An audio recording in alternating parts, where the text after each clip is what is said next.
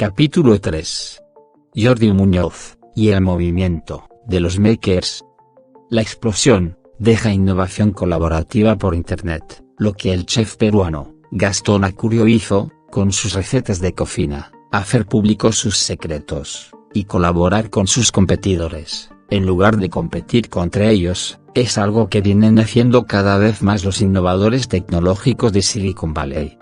Uno de los movimientos que más está creciendo ahí, es el de los makers, cuyos seguidores publican en Internet sus proyectos y sus secretos, con la premisa de que les conviene más compartir su trabajo con todo el mundo, y recibir sugerencias de todo el mundo, que mantenerlo en secreto. Todo esto me parecía un concepto muy romántico pero poco realista, hasta que conocí a Jordi Muñoz, un joven mexicano de 26 años, que desde hacía 3 años era el presidente de una de las principales empresas de drones comerciales, o aviones no tripulados para uso civil de Estados Unidos. Si alguien le hubiera dicho a Muñoz, cuando tenía 19 años, que a los 23 años sería el presidente de 3D Robotics, una empresa de California con más de 200 empleados, 28.000 clientes, y ventas proyectadas de unos $60 millones en 2015, se hubiera muerto de risa. Lo habría tomado como una broma cruel, para presionarlo a que dejara de ser un adolescente sin rumbo, y sentara cabeza. Sin embargo, a los 23 años, Muñoz ya era el CEO de 3D Robotics, y se codeaba con los grandes de la industria aeroespacial en Estados Unidos. Su trayectoria había sido de película. Sin papeles, sin empleo, sin título. Muñoz llegó a Estados Unidos a los 20 años procedente de Tijuana, México. No tenía empleo, ni papeles, ni un título universitario. Era uno de los tantos jóvenes, como llaman en México a los millones de jóvenes que ni estudian ni trabajan. Además, acababa de tener un hijo, no buscado, con su novia, Priscila. Los dos jóvenes, temiendo la ira de sus padres y sin tener un futuro claro, en México, decidieron abandonar sus estudios y largarse hacia Estados Unidos, aprovechando que ella tenía ciudadanía estadounidense. Una vez en Los Ángeles, Muñoz no podía trabajar mientras esperaba sus papeles de residencia, y pasaba los días en su casa, cuidando al bebé, y escribiendo en blogs, de amateur de computación, robótica y drones, temas que lo habían apasionado desde pequeño. Sus expectativas para el futuro no eran muy alentadoras. Cuando mucho, según confesaría tiempo después, esperaba ser un vendedor en la sección de computación de la cadena Best Buy, y probablemente trabajar ahí con un salario mínimo el resto de su vida. Pero no fue así. La obsesión de Muñoz por la tecnología aeronáutica, su participación en la comunidad de los makers, el creciente mundo de los internautas que comparten públicamente sus proyectos y sus descubrimientos, y una pizca de suerte lo convirtieron de la noche a la mañana en uno de los empresarios más prometedores de Estados Unidos. Su padrino empresarial y socio, Chris Anderson, el exdirector de la revista Wired, que renunció a su puesto en 2012, para crear 3D Robotics junto con Muñoz, calificó a su joven socio en su libro Makers, The New Industrial Revolution, Hacedores, la nueva revolución industrial, como uno de los principales expertos mundiales en robótica aérea. Cuando entrevisté a Muñoz por primera vez, 3D Robotics ya era una empresa consolidada, de la que hablaban muchas revistas especializadas en aeronáutica civil. Entre otras cosas, la compañía estaba vendiendo aviones no tripulados para vigilancia aérea policial, filmaciones desde el aire para canales de televisión, envíos de medicamentos a lugares remotos, sobrevuelo de campos agrícolas para detectar plagas, o para hacer llegar salvavidas en las playas a personas que se estaban ahogando. Pero eso era apenas el principio. La industria de los drones civiles promete dispararse en 2015, cuando la Administración de Aviación Federal de Estados Unidos tiene previsto dar a conocer sus reglamentos para permitir que empresas como Domino's Pizza, Amazon, FedEx, puedan usar drones para transportar todo tipo de productos. ¿Cómo pasó Muñoz en pocos meses de inmigrante desempleado, a presidente de una empresa que muy pronto podría ser puntera en la industria aeroespacial? Su historia, como me la contó en 3 entrevistas separadas, es apasionante e ilustrativa del ascenso de los makers en el mundo tecnológico. Tenía problemas en la escuela. Lejos de ser un buen alumno, Muñoz fue un estudiante mediocre. De niño, lo diagnosticaron con trastorno de déficit de atención con hiperactividad. Pasó por un total de 5 escuelas antes de graduarse de la secundaria. Hijo único de una familia de profesionales de clase media, su padre es un médico psiquiatra, y su madre es contadora. Muñoz pasó su niñez en Ensenada y Tijuana, Baja California, México. Sus recuerdos de la escuela primaria no son muy felices. Tenía problemas en la escuela. Padecía trastorno por déficit de atención. No me podía concentrar. Las maestras hablaban de una cosa, y yo siempre estaba distraído, pensando en otra cosa. En la escuela de monjas, era problemático, y muy revoltoso. Era el chamaco distraído, y revoltoso al que las maestras no querían. Su padre, preocupado por las calificaciones de Jordi, lo cambió de escuela, y lo colocó en un plantel de Montessori. Pero el tiro le salió por la culata. Se supone que la Montessori es una escuela donde los niños hacen lo que quieren, pero resultó que yo era un niño difícil de domar, hasta para la Montessori, recuerda Jordi, divertido. En una de las varias oportunidades en que lo amonestaron por una fechoría, Jordi abrió la jaula donde estaban encerradas unas palomas blancas que, por supuesto, salieron volando de inmediato. A mi papá le dijeron muchas veces que me medicaran, pero él se resistía, y nunca me medicaron, recuerda. Jordi estaba obsesionado con los aviones, y con la robótica en general, desde muy pequeño. Mientras las maestras daban clase, pensaba en avioncitos, en robots y hasta en bombas. Su madre, Rosa Bardales, me contó que, desde niño, Jordi jugaba con Legos, y le encantaba armar y desarmar todo lo que había a su alrededor. Hasta las vecinas traían sus licuadoras para que Jordi se las arreglara, recuerda su madre. Su pasión eran los Legos. Le habíamos regalado un Lego didáctico cuando era un bebé, cuando tenía 1 año, y ahí nació su creatividad. Se pasaba el día jugando con Legos. Probablemente el niño adquirió el hábito de reparar cosas viejas de su padre, el Dr. Jorge Muñoz Esteves, cuyo hobby siempre había sido comprar aparatos viejos en los mercados de pulgas para repararlos. Según recuerda el Dr. Muñoz, yo siempre estaba comprando artilugios electrónicos, que conseguía baratos y los arreglaba. Era mi terapia para salirme del canal de mi trabajo como psiquiatra. Era lo que Jordi veía de niño. Nunca me imaginé que se le diera por ahí, pero por ahí salió. El Dr. Muñoz Esteves estudió idiomas con la idea de ejercer en Estados Unidos, o en Europa. Al terminar sus estudios de posgrado en la Ciudad de México, el padre de Jordi ganó una beca para perfeccionar su inglés en Filadelfia. Y ya estaba listo para viajar a Estados Unidos, pero el gobierno de México canceló la beca de último momento como parte de los drásticos recortes presupuestarios después de la crisis económica de 1982, y su proyecto de estudios quedó trunco. Curiosamente, o no tanto, el joven Jordi terminó haciendo, años después, las dos cosas que nunca terminó de hacer su padre. Se dedicó de lleno a la innovación, y se mudó a Estados Unidos. Los hijos siempre tratan de compensar alguna carencia, real, o imaginaria, de sus padres, me comentó el Dr. Muñoz Esteves, hablando como padre y como psiquiatra.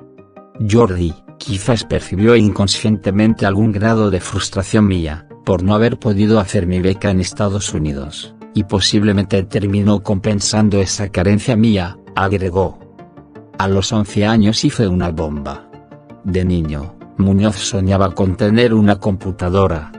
Pero sus padres, temiendo que se pasara el tiempo jugando, y se distrajera aún más de sus estudios, solo le compraron una computadora usada cuando tuvo 10 años. Al principio, Muñoz no sabía ni cómo encenderla, pero a los pocos días ya estaba fascinado con su nueva máquina. Me quedaba 18 horas al día pegado a la computadora. Cuando no estaba frente a su computadora, el niño se divertía haciendo experimentos que a veces no le causaban ninguna gracia a sus padres. Una vez, a los 11 años, Hice una bomba con un control remoto. Muñoz: divertido. Tomé unos cohetes, les saqué la pólvora, los metí en un tubo, le puse un circuito electrónico, y la detoné en un terreno grande, lejos de todo. Sus padres no sabían si estar orgullosos o alarmados con la vocación experimentadora del joven. Mi papá me miraba con cara de que yo era un bicho raro. A los 14 años, el joven ya estaba diseñando su primera página web, y se interesaba por todo lo que tenía que ver con la aeronáutica. Como muchos niños con síndrome de deficiencia de atención, que logran controlar o superar el problema en la adolescencia, Muñoz empezó a sacar mejores calificaciones en la escuela, y a llevarse mejor con sus maestros. Empecé a sacar buenas calificaciones a los 16 años, y terminé la preparatoria a los 18. De milagro, nunca repetí ningún grado. Una vez culminada la escuela preparatoria, y tras el divorcio de sus padres, Muñoz quiso mudarse a la Ciudad de México para estudiar en el Instituto Politécnico Nacional, IPN, que era la única universidad que tenía una carrera en ingeniería aeronáutica. Su padre no estaba muy feliz con la idea porque en ese momento la Ciudad de México era muy insegura. A pesar de las objeciones de su progenitor, y quizás molestó porque éste había formado una nueva familia con una mujer que tenía una hija pequeña, Muñoz se fue a la capital a tratar de ingresar en el IPN. No me aceptaron en el Politécnico. El joven Muñoz presentó 2 veces el examen de ingreso al IPN, pero fue rechazado en ambas oportunidades. Los cupos para estudiantes del interior del país eran más restringidos que para quienes salían de las preparatorias de la red de escuelas del Politécnico, y no le alcanzaba el puntaje para ingresar. Perdí 2 años tratando de ingresar al Politécnico, y no entré. Al final, regresé a Tijuana con la cola entre las patas. En Tijuana, algo frustrado por no haber entrado en la universidad que quería para estudiar ingeniería aeronáutica, Muñoz decidió cambiar de rumbo y abrir un restaurante de tacos. Vendió a su madre un carro, que le había regalado su padre, e invirtió el dinero en un local para poner su taquería. Le dije: ¿tanto batallar para terminar de taquero? Recuerda a su padre. Según Jordi, mi papá se enojó, porque quería que yo estudiara una carrera en la universidad. Al poco tiempo, Jordi entró a estudiar ingeniería en computación en el Centro de Enseñanza Técnica y Superior, una de las universidades privadas más prestigiosas de Baja California. Muñoz estudió en el CETIS durante 12 meses, hasta que su novia y compañera de escuela quedó embarazada y los dos jóvenes, asustados y conscientes de que sus padres no aprobarían sus planes, decidieron dejar los estudios y probar suerte en Estados Unidos. Corría el año 2007. Fue muy estresante para los dos. El niño estaba en camino, yo no tenía papeles y no teníamos dinero. Yo no podía trabajar durante 7 meses, hasta que me llegara el permiso de residencia. Para colmo, la economía se estaba cayendo, y al poco tiempo estalló la crisis económica de 2008. Era muy difícil encontrar trabajo. Empecé a escribir en blogs. En 2008, encerrado en su casa y cuidando a su niño mientras su mujer trabajaba, Muñoz comenzó a escribir en blogs de la comunidad de innovación de fuentes abiertas en Internet. Cada vez más, grupos de makers estaban creando nuevos sitios de Internet y foros de discusión para compartir sus ideas, con el objeto de beneficiarse de la experiencia de otros, y avanzar más rápidamente en sus proyectos. Algunos de estos sitios, como Wikipedia, la enciclopedia gratuita por Internet, creada por una comunidad de aficionados que aportaban su tiempo libre en forma voluntaria para crear una alternativa a las enciclopedias comerciales, ya habían logrado fama mundial. Pero estaban surgiendo a diario miles de nuevos sitios de Internet para las comunidades de aficionados a todo tipo de nuevos productos. Así fue como Muñoz dio con un blog de Anderson, el entonces director de la revista Wired. Se trataba de un foro recién creado llamado Digigrones. En ese tiempo, el blog tenía apenas 14 miembros, todos ellos individuos que habían estado experimentando por su cuenta con aviones de juguete no tripulados, recuerda Muñoz. Como en casi todos los foros de este tipo, la mayoría de los participantes escribía bajo seudónimos. La primera entrada de Muñoz en el blog de Anderson empezaba pidiendo disculpas por su mal inglés. Decía así: "El inglés no es mi primera lengua, de manera que les pido perdón por los errores que haga al tratar de explicar este proyecto". Acto seguido, Muñoz ofrecía su propuesta para solucionar un problema que había planteado Anderson, sobre cómo abaratar los costos de los pilotos automáticos para los drones hechos por amateurs. Muñoz contó en el blog de Orones, que él había fabricado un piloto automático a partir de piezas que sacó de sus videojuegos. Usando un helicóptero de juguete que le había regalado su madre, una plataforma de electrónica muy barata llamada Arduino, y piezas de su videojuego Nintendo Wii, Muñoz construyó un aparato que Anderson y otros fanáticos de la tecnología de Silicon Valley estaban produciendo a un precio muchísimo más alto. Mientras una plataforma normal costaba $500, la plataforma de Arduino, un producto casero prearmado, costaba apenas $30. Muñoz explicó en el blog cómo había hecho volar su helicóptero con partes de su videojuego y a los pocos días comenzó a postear fotografías y videos de su helicóptero volando a control remoto. Anderson, el creador del blog, recuerda que la gente comenzó a tomar nota. Otro de los blogueros escribió: "Tu inglés es muy bueno, no te preocupes mucho por las traducciones. Una foto vale más que 1000 palabras, y estamos fascinados con tu video. Ese helicóptero que has hecho es excelente". Según Anderson, yo también quedé impresionado. Nunca había usado el Arduino, y esto me llevó a mirarlo más de cerca. Comienza la colaboración con Anderson. Anderson se puso en contacto con el joven Muñoz por correo electrónico, para hacerle más preguntas sobre la plataforma Arduino, y ambos comenzaron a intercambiar sugerencias. Me gustó su energía, y me impresionó su empuje para investigar sin miedo, y la manera fácil con que resolvía problemas complejos de software, que yo mismo estaba luchando por resolver. Tenía la sensación de que Muñoz estaba en camino de encontrar algo interesante. A medida que pasaban los meses, el director de Wired y el joven mexicano se escribieron cada vez con más frecuencia. Su instinto lo llevaba a descubrir tecnologías cada vez más apasionantes, desde cómo usar sensores que había encontrado hasta cómo usar algoritmos que había descubierto en las publicaciones más oscuras, dice Anderson. Ambos comenzaron nuevos proyectos en el blog de Orones, como circuitos electrónicos para pilotear los drones. Todo lo que descubrían lo publicaban en Internet, fieles a su creencia de que el beneficio de los aportes de los demás miembros de la comunidad de blogueros sería mayor que el peligro de que alguno de ellos perfeccionara sus ideas y las patentara para uso comercial. Yo escribía entradas en mi blog describiendo nuestros progresos, y documentaba los proyectos con tutoriales en línea, enseñando cómo hacerlos, afirma Anderson. A los 3 o 4 meses, Anderson le envió a Muñoz un cheque de $500 por sus colaboraciones, con el propósito de mantenerlo interesado, y quizás de iniciar un proyecto comercial juntos en el futuro. Poco después, Muñoz y Anderson se conocieron personalmente, cuando el entonces director de Wired dio una conferencia en Los Ángeles. A partir de ese momento, la vida hasta entonces errática de Muñoz tomaría un rumbo mucho más definido. La innovación de fuentes abiertas.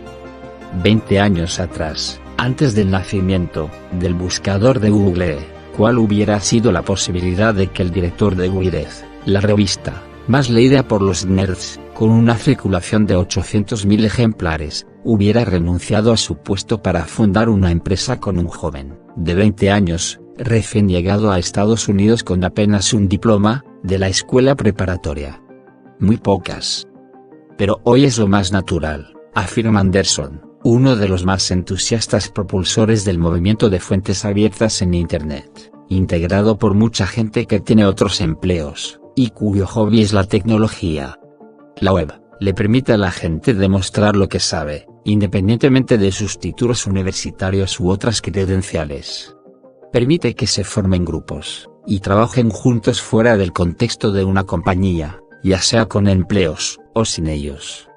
Muchos de ellos tienen otros empleos, y contribuyen no por dinero, sino en calidad de voluntarios globales de un proyecto, en el que creen.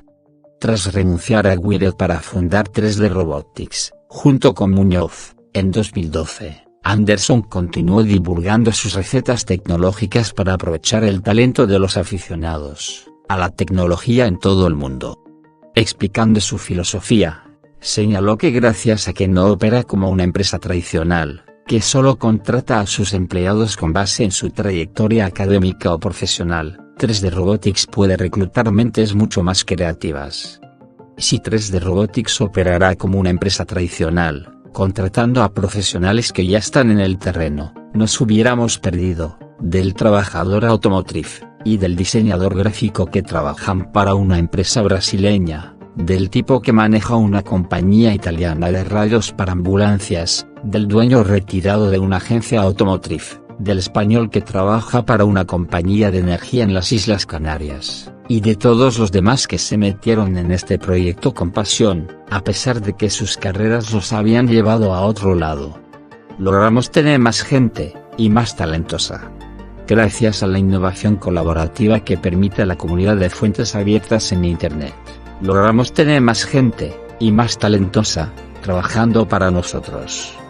Las redes sociales son el techo que nos cobija. El cubículo de al lado es Skype, afirma Anderson, y pregunta, ¿por qué pedirle consejo a la persona que está en el cubículo de al lado en la oficina, que puede ser la mejor persona para ese trabajo o no serlo, cuando se puede, con la misma facilidad, acudir a la comunidad en línea de un mercado global del talento? Las compañías están llenas de burocracia, de procedimientos, de procesos de aprobación, de una estructura diseñada para defender la integridad de la organización. Las comunidades de Internet, por otro lado, se forman alrededor de intereses y necesidades comunes, y no tienen más procedimientos de los que necesitan. La comunidad existe para el proyecto, y no para mantener a la compañía en la que está el proyecto. Con todo, a pesar de la filosofía de Anderson, de no contratar a gente con base en sus títulos universitarios, como lo hacen las empresas tradicionales, Muñoz no se resignó a no haber terminado sus estudios de ingeniería. A los 25 años, siendo CEO de 3D Robotics, y a pesar de las exigencias de dirigir una gran empresa, y mantener 2 familias, ya se había separado de Priscila, y ahora estaba viviendo en San Diego con una ex compañera de México, con la que acababa de tener otro niño. Muñoz empezó a estudiar en línea en Debrey University, para obtener su título de ingeniero. Cuando invité a Muñoz, a Oppenheimer presenta de CNN en español, en un programa que hicimos sobre los drones en 2013, le hice varias preguntas sobre su asombrosa carrera, que el joven respondió con gracia y sencillez. Pero hubo una pregunta que no le hice al aire, y que me había dejado intrigado durante nuestras conversaciones anteriores: ¿para qué seguía estudiando, si ya era el CEO de una gran empresa? Su padre, el Dr. Muñoz Esteves, me dijo que desde niño le había insistido a Jordi para que terminara una carrera universitaria. Una vez, cuando lo regañé por haber dejado sus estudios, Jordi me dijo, más vale un talento sin título, que un título sin talento, recuerda el padre. Pero, a pesar de su ingeniosa salida, Jordi no había abandonado la idea de terminar sus estudios. ¿Lo haría para complacer al padre? ¿Para qué estaba estudiando en una universidad en línea, que no estaba entre las más prestigiosas de Estados Unidos, cuando tenía enormes responsabilidades al frente de una gran empresa, y con 2 familias que mantener? Estudio por varias razones, entre ellas, porque no tener una carrera como la tienen mis papás podría hacerme sentir inferior, y porque una carrera te da más tranquilidad. Uno nunca sabe, pero 3D Robotics puede irse al caño, y un papelito puede ligeramente darme más posibilidades de seguir adelante. Pero lo más importante es que para llegar más lejos es primordial tener fundamentos sólidos. Y al iniciar mi empresa me di cuenta de que muchos problemas de ingeniería que tuve que resolver, me tomaron 3 veces más tiempo de lo necesario, porque no tenía la capacitación adecuada. En la universidad te dan el conocimiento ya digerido, y esa es una gran ayuda. ¿Podrá sobrevivir 3D Robotics? Tras conocer la historia de 3D Robotics, no pude dejar de preguntarme si esta empresa podrá seguir participando en la comunidad de fuentes abiertas y, al mismo tiempo, permanecer como una compañía comercialmente viable.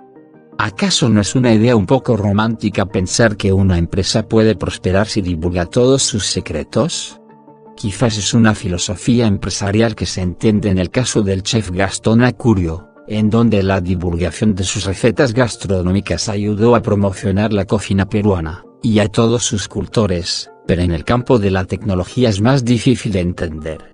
Si 3D Robotics sigue publicando en Internet todos sus proyectos de nuevas tecnologías para aviones no tripulados, ¿no le van a copiar sus productos en China en cuestión de horas y sacarlos al mercado mucho antes a precios más baratos? Claro que sí, responde Anderson. Eso ya está ocurriendo. Pero, fiel a su creencia casi religiosa en las virtudes de la comunidad de innovación abierta, cita varios factores por los que está confiado en que su empresa podrá seguir beneficiándose de la comunidad de fuentes abiertas, y al mismo tiempo ser cada vez más rentable. Un producto que ha sido creado gradualmente en un ambiente de innovación abierta, no tiene las mismas protecciones legales que una invención patentada, pero uno puede argumentar que tiene más chances de convertirse en un éxito comercial. Lo más probable es que ese producto haya sido inventado de una manera más rápida, mejor y más barata que si hubiera sido creado en secreto. Tenemos innovación y desarrollo gratuitos. Al poder recibir contribuciones de voluntarios de todo el mundo, en lugar de limitarse a la del ingeniero, que ocupa el cubículo de al lado en la oficina, 3D Robotics se ahorra cientos de miles de dólares al año en investigación y desarrollo de nuevos productos, dice Anderson. Mientras que una empresa tecnológica tradicional gasta un dineral en equipos de ingenieros en sus departamentos de innovación, las empresas de la comunidad de innovación abierta reciben ideas gratuitamente. Durante el día, nuestros voluntarios son exitosos profesionales en sus respectivos campos, el tipo de gente que nos hubiera sido imposible contratar de todas maneras. Pero por las noches hacen lo que les apasiona y trabajan para nosotros como voluntarios. Lo hacen porque colectivamente estamos creando cosas que ellos quieren para sí mismos, y porque saben que al hacerlo con fuentes abiertas estamos creando un círculo virtuoso que acelera el proceso de innovación. Asimismo, los miembros de la comunidad de innovación abierta, al ser parte de los proyectos, se convierten en evangelistas de los mismos. O sea que empresas como 3D Robotics, además de contar con ingenieros que colaboran en calidad de voluntarios, también nacen con departamentos de control de calidad y de marketing gratuitos. Cualquier producto que logra crear una comunidad a su alrededor antes de ser lanzado al mercado ya ha sido más examinado, y ha probado que la mayoría de los productos patentados. En algunos casos, como el de Jordi Muñoz, cuando comenzó a colaborar en el blog de Anderson, el exdirector de la revista Wired, recompensa con un cheque de $500 de premio a los miembros más valiosos de su comunidad de voluntarios. En otros casos, 3D Robotics premia a sus contribuyentes más sobresalientes con opciones de compra de acciones preferenciales en la empresa. En muchos otros casos, los voluntarios son profesionales exitosos que no quieren un cheque, porque creen que eso se trasladaría a los costos del producto, e iría en contra del principio fundamental de la comunidad de fuentes abiertas, que es crear productos para la mayor cantidad de gente posible a los precios más económicos. ¿Cómo evitar la piratería? Pero si se comparte el proceso de innovación de un producto en Internet, ¿cómo se evita que sea pirateado de inmediato? Ese riesgo no le quita el sueño, porque 3D Robotics, o cualquier otra empresa que da a conocer por Internet cómo fabrica sus productos, por lo general tiene varias ventajas sobre quienes los copian. En primer lugar, es difícil que alguien en China, o en cualquier otro lado, pueda producir drones más baratos, dice Anderson. Si alguien decide usar nuestros datos y manufacturar nuestros productos sin hacerles modificaciones o mejoras sustanciales, y simplemente quieren competir con nosotros fabricando los mismos productos, tendrían que hacerlos mucho más baratos para poder conseguir un mercado. Pero la realidad es que es muy difícil que eso ocurra. Nuestros productos ya son muy baratos, porque los robots que usamos para fabricarlos son los mismos que usan en China, al mismo precio, afirma. En segundo lugar, está el tema del soporte técnico. Nuestra comunidad en línea es nuestra ventaja competitiva, nos da la mayor parte del soporte técnico, bajo la forma de foros de discusión y blogs. Si tú compras tu plataforma para hacer funcionar los drones de un clonador de China en eBay, y no funciona, la comunidad en línea difícilmente te ayudará. Los contribuyentes lo verán como algo que sabotea al equipo que creó el producto original, señala Anderson. En tercer lugar, hay un elemento clave que 3D Robotics no comparte con otros: su marca registrada. Los productos clonados no pueden usar nuestro mismo nombre. La única propiedad intelectual que protegemos es nuestra marca registrada, de manera que si la gente quiere copiar nuestras plataformas, debe llamarlas de otra forma, dice Anderson. Es cierto que un pirata industrial puede fabricar la misma plataforma para manejar drones, y ponerla en el mercado con la etiqueta de compatible con los productos de 3D Robotics, pero no puede venderla legalmente como un producto de 3D Robotics, o usar el mismo logo. Es una buena manera de mantener cierto control comercial, sin por ello traicionar los principios fundamentales de la comunidad de innovación de fuentes abiertas. Orones que lanzan cerveza en paracaídas. Si algo no le falta a 3D Robotics es la competencia. En parte debido a su condición de empresa innovadora de fuentes abiertas, que publica sus secretos en Internet, casi no pasa una semana sin que aparezca un nuevo competidor de la empresa de Muñoz en alguna parte del mundo.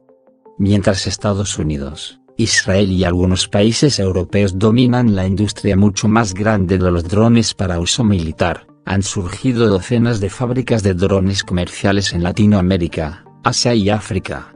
En Northam, Sudáfrica, una compañía de drones sorprendió al público que participaba en el festival musical Opicopy a finales de 2013, lanzando desde uno de sus vehículos aéreos no tripulados, vasos de plástico llenos de cerveza en paracaídas.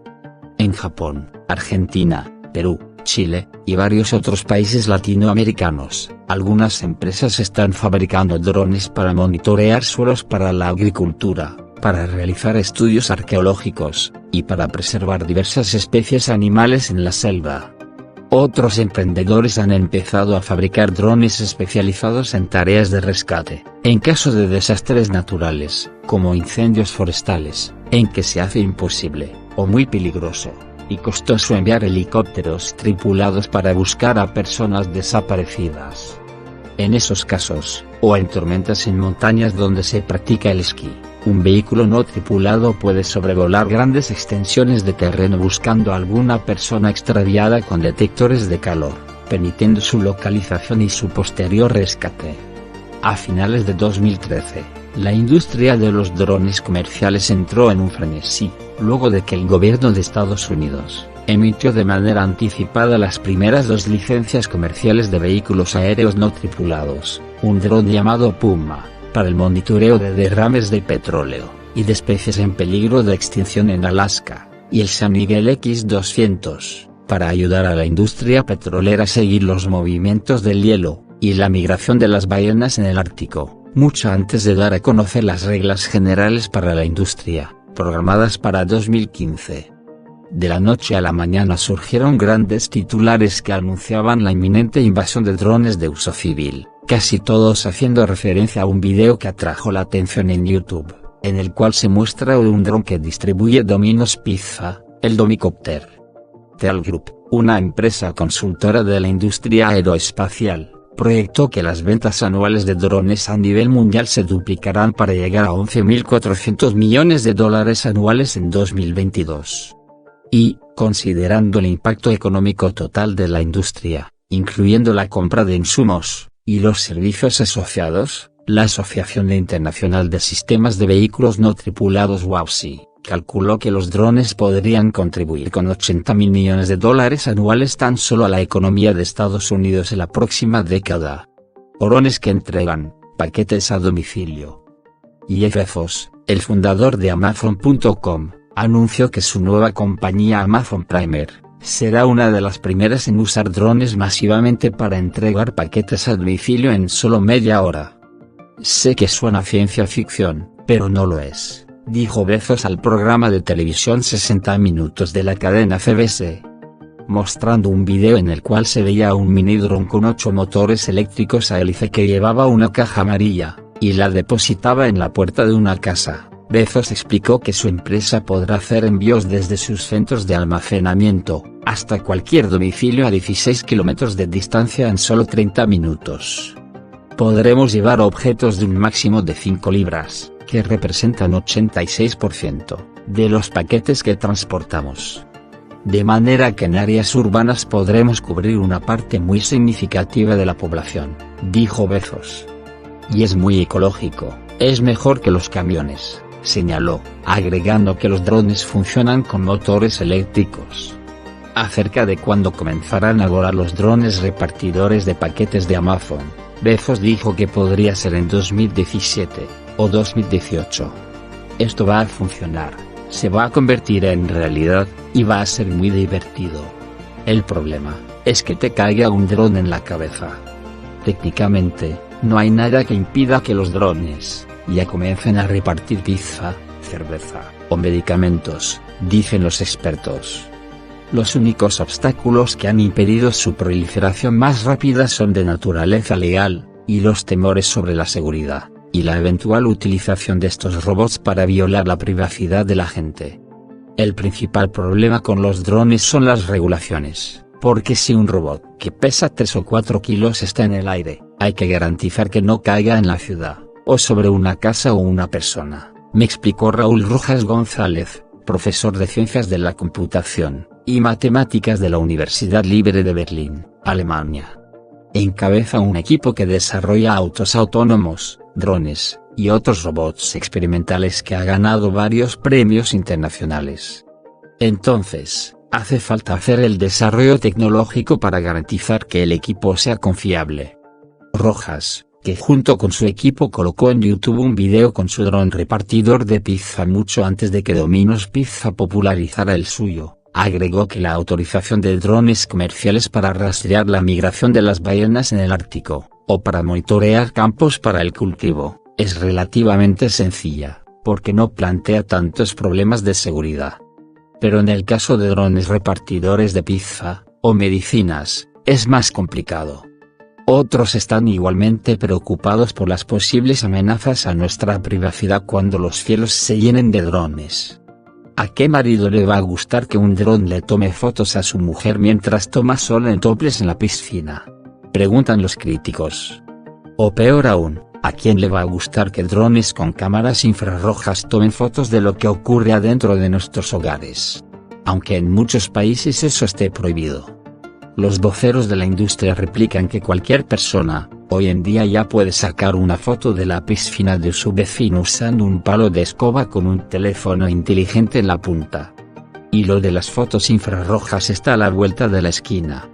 Sin embargo, los defensores de los derechos de la privacidad replican que si no se reglamenta bien su uso, no solo los gobiernos sino también nuestros competidores profesionales o nuestros enemigos personales podrán meterse en nuestros dormitorios.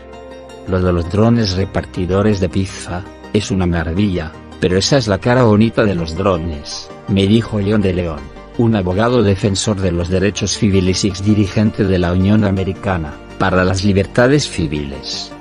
Hay una cara mucho más fea y mucho más peligrosa. No queremos vivir en un país, o en un mundo donde la policía nos esté vigilando en todas partes las 24 horas del día. La revolución del crowdfunding.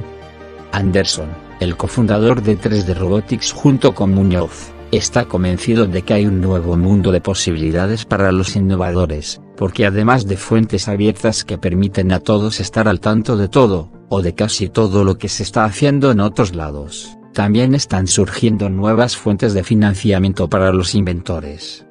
Hasta hace poco, uno podía ser muy innovador, pero lo difícil era acceder al financiamiento para convertir en realidad un proyecto.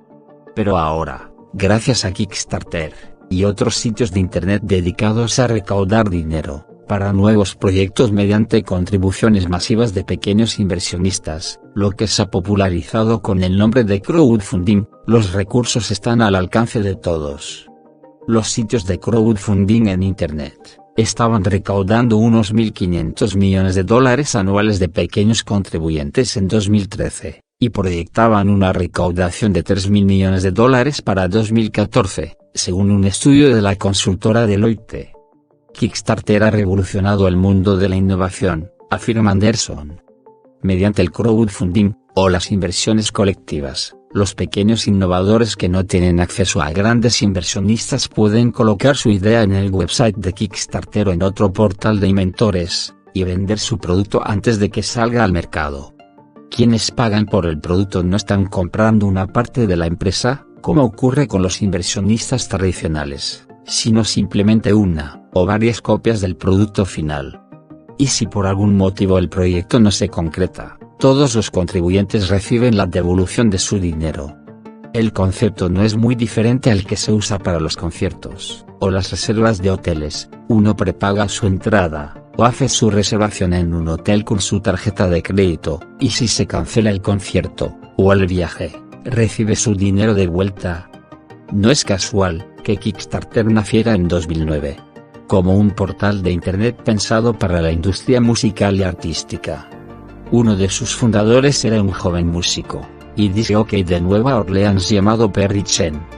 Algunos años antes, Chen intentó organizar un gran concierto de rock, con algunos de los disc jockeys más famosos del mundo, pero no logró recaudar los $15,000 que necesitaba para poner en marcha el concierto. Chen canceló el proyecto, pero empezó a idear cómo resolver el problema de la falta de inversionistas que afectaba a los músicos y organizadores de conciertos. Algunos años después, se mudó a Brooklyn, Nueva York. Estaba trabajando como mozo en un restaurante, cuando le comentó su idea de recaudar fondos por adelantado para los conciertos a un comensal, que solía desayunar en el establecimiento. La idea de prevender entradas hubiera sido muy complicada en el pasado, pero ahora se hacía mucho más factible gracias a Internet, le habría dicho Chen. Al comensal, otro joven llamado Yancey Stickler, le gustó la idea. Al poco tiempo, ambos abrieron su sitio de Internet, Kickstarter.com. 4 años después, Kickstarter se autopromocionaba como la plataforma más grande del mundo para proyectos creativos, y ya había lanzado 108.000 invenciones al mercado, recaudando un total de $717 millones, con un promedio de 44% de proyectos exitosos, según datos de la empresa.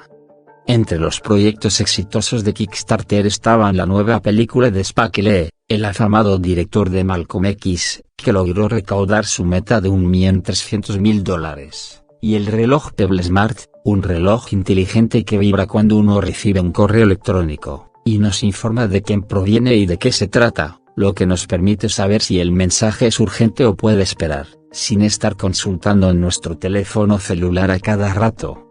El reloj Pebble Smart salió a competir por un precio más bajo con un reloj parecido de la Sony, y le ganó. Pebble Smart nació con un video promocional del proyecto, que pedía $100.000 para poder fabricar el reloj inteligente en serie. Para sorpresa de sus creadores, el proyecto de reloj logró su meta de recaudación tan solo en 2 horas. Al final del primer día había recaudado $1 millón, y antes de terminar el mes recibió $10 millones, con una venta anticipada de 85.000 relojes. Lo que fue particularmente interesante del fenómeno del Pebble Smart fue la manera en que su equipo de diseño respondió a la comunidad de clientes, señala Anderson en su libro. Los contribuyentes exigieron que el reloj fuera resistente al agua, y que pudiera usarse para nadar, que tuviera una batería más duradera, entre varias otras modificaciones que fueron tomadas en cuenta antes de iniciarse la fabricación del reloj. El resultado final fue un modelo superior, porque un pequeño equipo de personas, usando el crowdfunding, o la inversión colectiva, pudo avanzar más rápido en investigación y desarrollo, financiamiento y marketing con un gigante de la industria electrónica. El crowdfunding, y los makers, fenómenos en expansión. Muy pronto, surgieron docenas de sitios de internet dedicados al crowdfunding, para todo tipo de proyectos, desde alta tecnología, hasta emprendimientos inmobiliarios. Y también, en la misma época, surgieron sitios como Kitki, especializado en recaudar opiniones de la comunidad sobre cómo crear o mejorar un producto, y Etsy, un sitio que nació en 2005, antes que Kickstarter, especializado en vender productos artesanales como carteras de mujer, joyas, u obras de arte. En 2012 Etsy ya tenía 300 empleados, y reportaba ventas por $65 millones mensuales. Gracias a estos, y a otros sitios, hoy en día los inventores tienen muchísimas más posibilidades de materializar sus ideas que antes. Historias como la de los creadores del reloj Pebble Smart, o la de Muñoz, el joven ex desempleado que terminó siendo presidente de 3D Robotics, son cada vez más comunes. En el siglo de la innovación, gracias a las empresas de fuentes abiertas, y al financiamiento vía crowdfunding, se han democratizado las oportunidades de poner en marcha nuevos proyectos. Cada vez más personas, en todas partes del mundo, tienen la posibilidad de concretar sus proyectos creativos. Y, cada vez más, están compartiendo en lugar de competir entre sí. En 2014, la empresa de drones de Muñoz ya había recaudado $35 millones de inversionistas de riesgo, había tenido ingresos por 20 millones ese año, y proyectaba triplicar sus ingresos en 2015. Muñoz ya era un joven millonario, por lo menos en papel. Cuando lo entrevisté por última vez, más de un año después de nuestra primera conversación, su compañía ya tenía plantas en California, San Diego y Tijuana, y acababa de comprar una nueva firma en Austin, Texas. La empresa había sacado al mercado un dron comercial llamado Iris, para consumo masivo, de solo $700, dirigido a aficionados de la fotografía, y a reporteros que quieran hacer tomas desde el aire, o a arquitectos, e ingenieros que, por ejemplo, requieren imágenes desde el aire para sus obras.